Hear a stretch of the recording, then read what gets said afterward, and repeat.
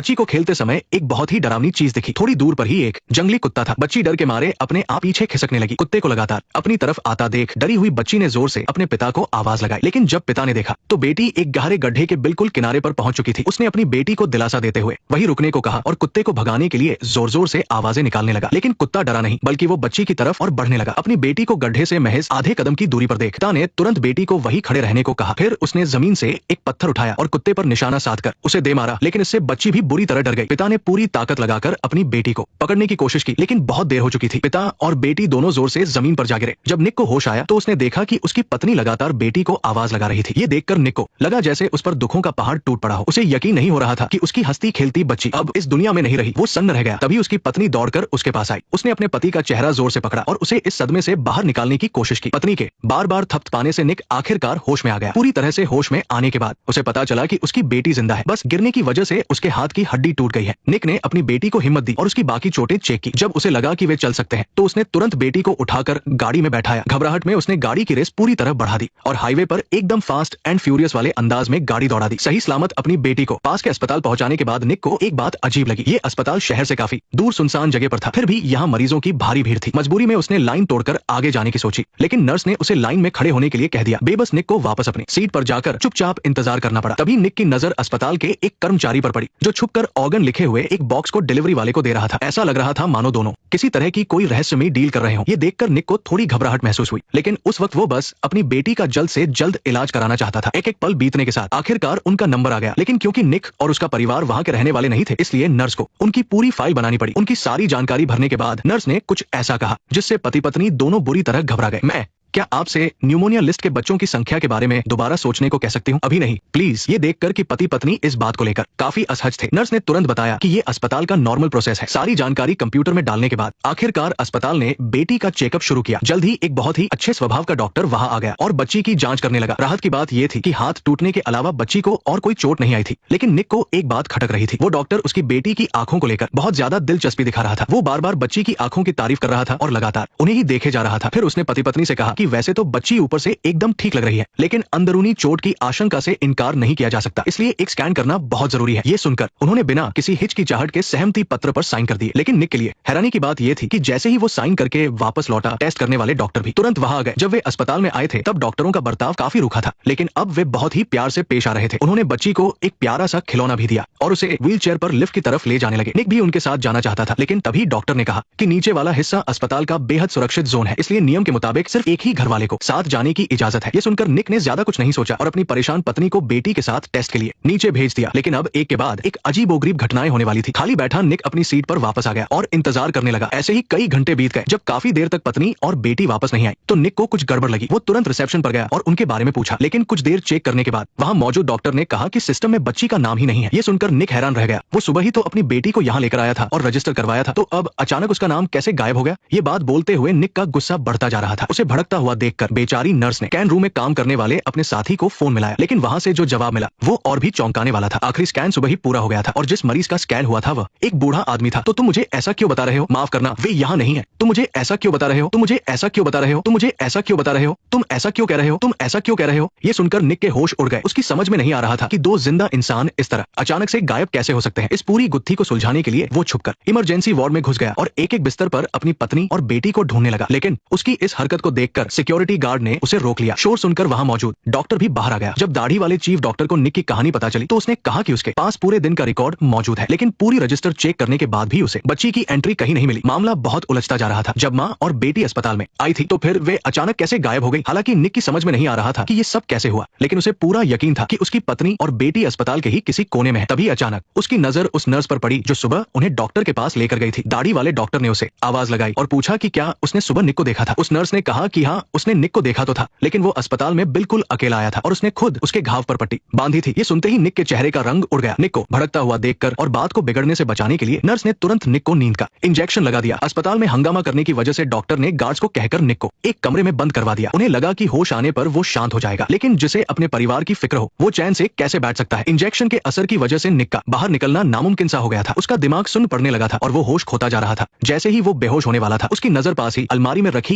Adrenaline की शीशी पर पड़ी। ली। अपने परिवार को ढूंढने की बेचैनी में उसने बिना कुछ सोचे समझे वो इंजेक्शन खुद को लगा लिया। तुरंत ही निक के शरीर में ताकत आ गई। उसने अपने हाथ पर तौलिया लपेटा और कांच पर एक जोरदार मुक्का दे मारा। बाहर निकलकर निक फिर से अपनी पत्नी और बेटी को ढूंढने लगा। तभी अचानक उसे एक जाना पहचाना चेहरा दिखा। ये वही डॉक्टर था जो सुबह उसकी बेटी को स्कैन के लिए लेकर गया था। लेकिन तभी गार्ड्स ने उसे फिर से देख लिया। ये देखकर निक को वहां से भागना पड़ा। पकड़े जाने के डर से वो अस्पताल से बाहर भाग गया। खुशकिस्मती से वो समय पर अपनी गाड़ी में छुप गया और गार्ड्स की नजरों से बच गया। पास वाली सीट पर रखे अपनी पत्नी के फोन को देखकर निक पूरी तरह टूट गया। उसे समझ नहीं आ रहा था कि जब उसकी पत्नी और बेटी अस्पताल के अंदर गई थी तो कोई भी उसकी बात का विश्वास क्यों नहीं कर रहा है। जब वो इसी निराशा में डूबा हुआ था तभी शीशे में उसे एक पुलिस की गाड़ी दिखाई दी। पुलिस को देखकर निक को एक उम्मीद जगी। वो तुरंत भागा और पुलिस की गाड़ी के सामने जाकर उसे रुकवा लिया। उसने दोनों पुलिस वालों को सारी बात बता दी। पूरी कहानी सुनने के बाद पुलिस वालों को भी इस बात पर यकीन नहीं हो रहा था। इस पूरी घटना का सच जानने के लिए वे निक को अपने साथ लेकर दोबारा अस्पताल पहुंचे। निक को पुलिस के साथ देखकर रिसेप्शन पर बैठी नर्स ने तुरंत एक सीक्रेट कॉल मिला दिया। ऐसा लग रहा था मानो सच में इस अस्पताल का कोई बहुत बड़ा राज है। जैसे ही वे रिसेप्शन पर पहुंचे निक ने उसी गार्ड को अपनी तरफ आते देखा। दोनों के बीच जबरदस्त बहस होने लगी। गार्ड को लग रहा था कि निक पागल हो गया है, लेकिन निक को पक्का यकीन था कि उसकी बेटी यहीं पर है। आखिरकार पुलिस के दखल देने पर गार्ड उन्हें चीफ डॉक्टर के पास ले गया। पुलिस के कड़े सवालों के बावजूद दाढ़ी वाला डॉक्टर अपनी पुरानी बात पर ही अड़ा रहा। उसने बताया कि उनके रिकॉर्ड में निक की बेटी का कोई नाम नहीं है और सुबह काम करने वाले स्टाफ के मुताबिक निक अस्पताल में बिल्कुल अकेला आया था और उन्होंने उसकी पत्नी या बेटी को वहां देखा तक नहीं। उसने कहा कि अगर पुलिस को यकीन नहीं है तो वे तीसरी मंजिल पर बने स्कैन रूम में जाकर चेक कर सकते हैं। वहां सारे स्कैन के रिकॉर्ड मौजूद है। लेकिन तभी निक ने कहा कि डॉक्टर झूठ बोल रहा है। उसे अच्छे से याद था कि सुबह उसकी पत्नी और बेटी जिस लिफ्ट में गई थी वो नीचे गई थी। हमारी स्कैनिंग लैब तीसरी मंजिल पर है। नहीं नहीं नहीं, मैंने उन्हें लिफ्ट में जाते और नीचे जाते हुए देखा है। ये साफ तौर पर शक पैदा करने वाला था। हमारी लैब तीसरी मंजिल पर है। जल्द ही वे सभी लिफ्ट से तीसरी मंजिल पर पहुंच गए। वहां मशीन में आखिरी समय सुबह के 9 बजे का दिख रहा था। इसका मतलब था कि उसके बाद से किसी ने भी उस मशीन का इस्तेमाल नहीं किया था। लेकिन निक का मानना था कि अस्पताल वालों ने ही कुछ हेराफेरी की है। जरूर उन्होंने ही उसकी पत्नी और बेटी को कहीं छुपाया है, इसलिए मशीन में कोई रिकॉर्ड नहीं है। कुछ समझ न आने पर पुलिस ने सुबह की ड्यूटी वाले चीफ डॉक्टर को बुलवाया। उसे सामने आता देख निक बहुत गुस्से में आ गया और उससे पूछा कि क्या वो उसे पहचानता है। उस डॉक्टर ने उसकी बेटी के हाथ की जांच की थी। निक की बात सुनने के बाद डॉक्टर ने निक की बात को सही बताया। ये देखकर निक ने राहत की सांस ली। लेकिन इसके बाद डॉक्टर ने जो कहा उससे निक फिर से टूट गया। पुलिस वाले को उसकी बात सुनकर कुछ गड़बड़ लगी, क्योंकि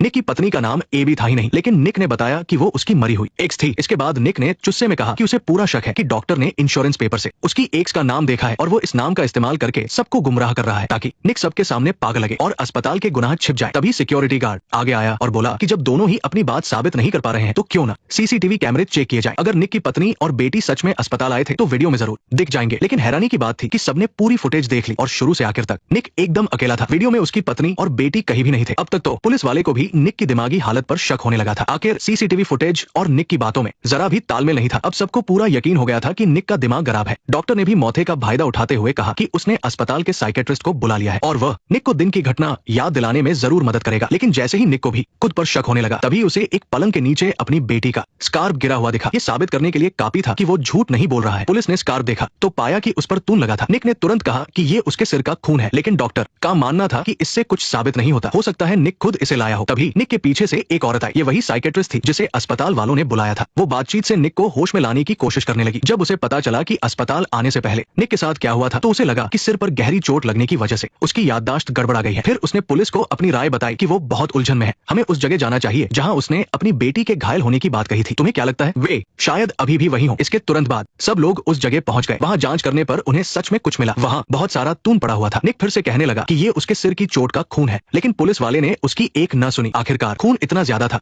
कि किसी की जान जा सकती थी। साफ था कि ये निक की मामूली चोट का खून नहीं था। ये पक्का उसकी बेटी का ही खून था। शुरू से ही साइकेट्रिस्ट को पूरा शक था कि निक ने अपने होश खोने के बाद खुद ही अपनी पत्नी और बेटी को मार डाला है और बाद में डर और इस सच से बचने के लिए निक ने ये कहानी गढ़ ली कि उसकी बेटी जंगली कुत्तों से डरकर गिर गई और फिर वे दोनों उसे अस्पताल ले गए जहां बुरे लोगों ने उन्हें मार दिया। साइकेट्रिस्ट के सवालों पर निक दर्द में चुपचाप खड़ा रहा। ऐसा लग रहा था जैसे उसने ये सच मान लिया हो। उसके दिमाग ने मान लिया कि उसने ही उन्हें मारा है। इसके तुरंत बाद पुलिस ने मर्डर के आरोप में निक को गिरफ्तार कर लिया। जब निक हार मानने वाला था तभी उसने मुड़कर देखा, वही जंगली कुत्ता वहां खड़ा था। अचानक सारी यादें उसके दिमाग में ताजा हो गई। वो सब सच में हुआ था। उसकी पत्नी और बेटी 100% उसी अस्पताल में थे। इसलिए पुलिस वाले की नजर बचते ही उसने उसकी बंदूक निकाल ली। फिर साइकेट्रिस्ट को बंधक बनाकर सबको अपने हथियार नीचे रखने को कहा। इसके बाद उसने सबको एक अंधेरे कमरे में बंद कर दिया और पुलिस की गाड़ी लेकर सीधा अस्पताल की तरफ निकल पड़ा। अस्पताल में बिना किसी रोकटोक के घूमने के लिए उसने खुद को एक डॉक्टर का रूप दे दिया और लिफ्ट के अंदर चला गया। लेकिन उसने ये नहीं सोचा था कि नीचे के फ्लोर पर जाने के लिए एक चाबी की जरूरत पड़ेगी। जब निक परेशान हो रहा था तभी वही सिक्योरिटी गार्ड लिफ्ट में आने लगा। निक ने उसे खींचकर लिफ्ट में लिया और बंदूक दिखाकर उससे चाबी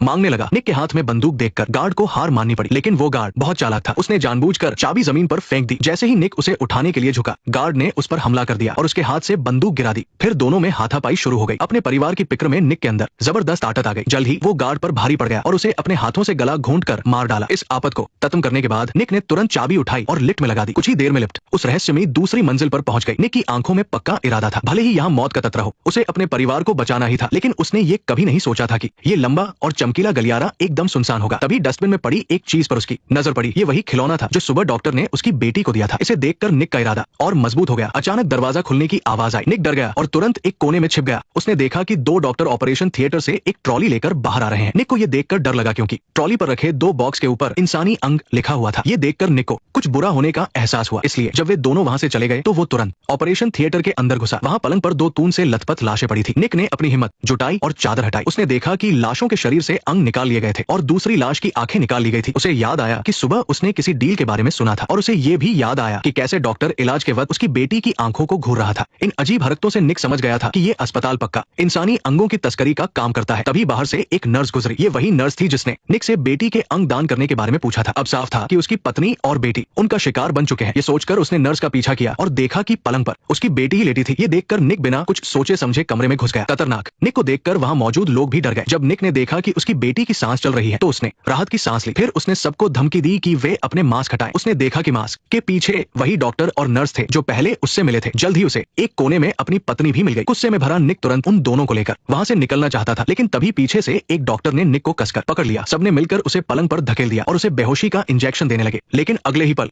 एक गोली कमरे की मशीन पर जा लगी, जिससे चारों तरफ अफरा-तफरी मच गई। निक ने इन सब बातों की परवाह नहीं की और अपनी पत्नी और बेटी को लेकर इस नरक से भागने लगा। लेकिन अजीब बात थी कि सभी डॉक्टर उसे रोकने की कोशिश कर रहे थे, लेकिन निक हर हाल में अपने परिवार को वहां से बाहर निकालना चाहता था। जो भी उसके सामने आ रहा था वो बिना हिचकिचाए उसे गोली मार रहा था। आखिरकार निक अपनी पत्नी और बेटी को बचाने में कामयाब हो गया। लेकिन अब फिल्म में सबसे बड़ा ट्विस्ट आने वाला था। पीछे की सीट पर बैठी डरी हुई पत्नी और बेटी को देखकर निक गाना गुनगुनाने लगा ताकि वे शांत हो जाए। लेकिन जब कैमरा पीछे की तरफ गया तो वहां पत्नी और बेटी की जगह कोई नहीं था। वे दोनों गायब हो चुके थे। उनकी जगह एक बुरी तरह घायल लड़का था। और तब जाकर सारी सच्चाई सामने आई। असल में अस्पताल में पत्नी और बेटी के साथ जो भी हुआ था वो निक का वहम था, क्योंकि जब उसकी बेटी जंगली कुत्तों से डरकर गड्ढे में गिरी थी तभी उसकी मौत हो गई थी। अपनी प्यारी बेटी को अपनी आंखों के सामने इस तरह मरते देखकर निक पूरी तरह टूट चुका था। जब उसकी पत्नी भाग कर आई और पूछने लगी कि उसकी बेटी कैसे मरी तो निक ने उसे धक्का दे दिया और वो पास पड़े एक लोहे के सरिये से टकरा गई। एक ही पल में निक की पत्नी और बेटी दोनों उसे हमेशा के लिए छोड़कर चले गए। निक सदमे में आ गया। इस गहरे दर्द और तकलीफ की वजह से उसका दिमाग शराब हो गया था। उसने खुद को ये यकीन दिला दिया कि उसकी पत्नी और बेटी जिंदा है और वो उन्हें अस्पताल ले गया था। अस्पताल में अंगों की तस्करी और ऑर्गन निकाले जाने वाली बात भी एकदम झूठी थी। ये सब सिर्फ उसका वहम था। उस जगह पर पत्नी और बेटी की लाश इसलिए नहीं मिली थी क्योंकि उसने उनकी लाशों को गाड़ी की डिक्की में छिपा दिया था और डॉक्टर उसे इसलिए रोक रहे थे क्योंकि जिस लड़के को वो ले जा रहा था उसका एक बहुत जरूरी ऑपरेशन चल रहा था। वे जानते थे कि अगर निक उसे अपनी पत्नी और बेटी समझकर ले गया तो वो लड़का पक्का मर जाएगा। इसलिए सब लोग उसे रोकने की पूरी कोशिश कर रहे थे और अब भी निक अपने ही ट्यालों में खोया हुआ था। उसे लग रहा था कि उसकी पत्नी और बेटी पीछे की सीट पर बैठे हैं। जैसे ही गाड़ी दूर गई फिल्म यहीं पर खत्म हो जाती है। नेक्स्ट पार्ट देखने के लिए वीडियो को लाइक करो।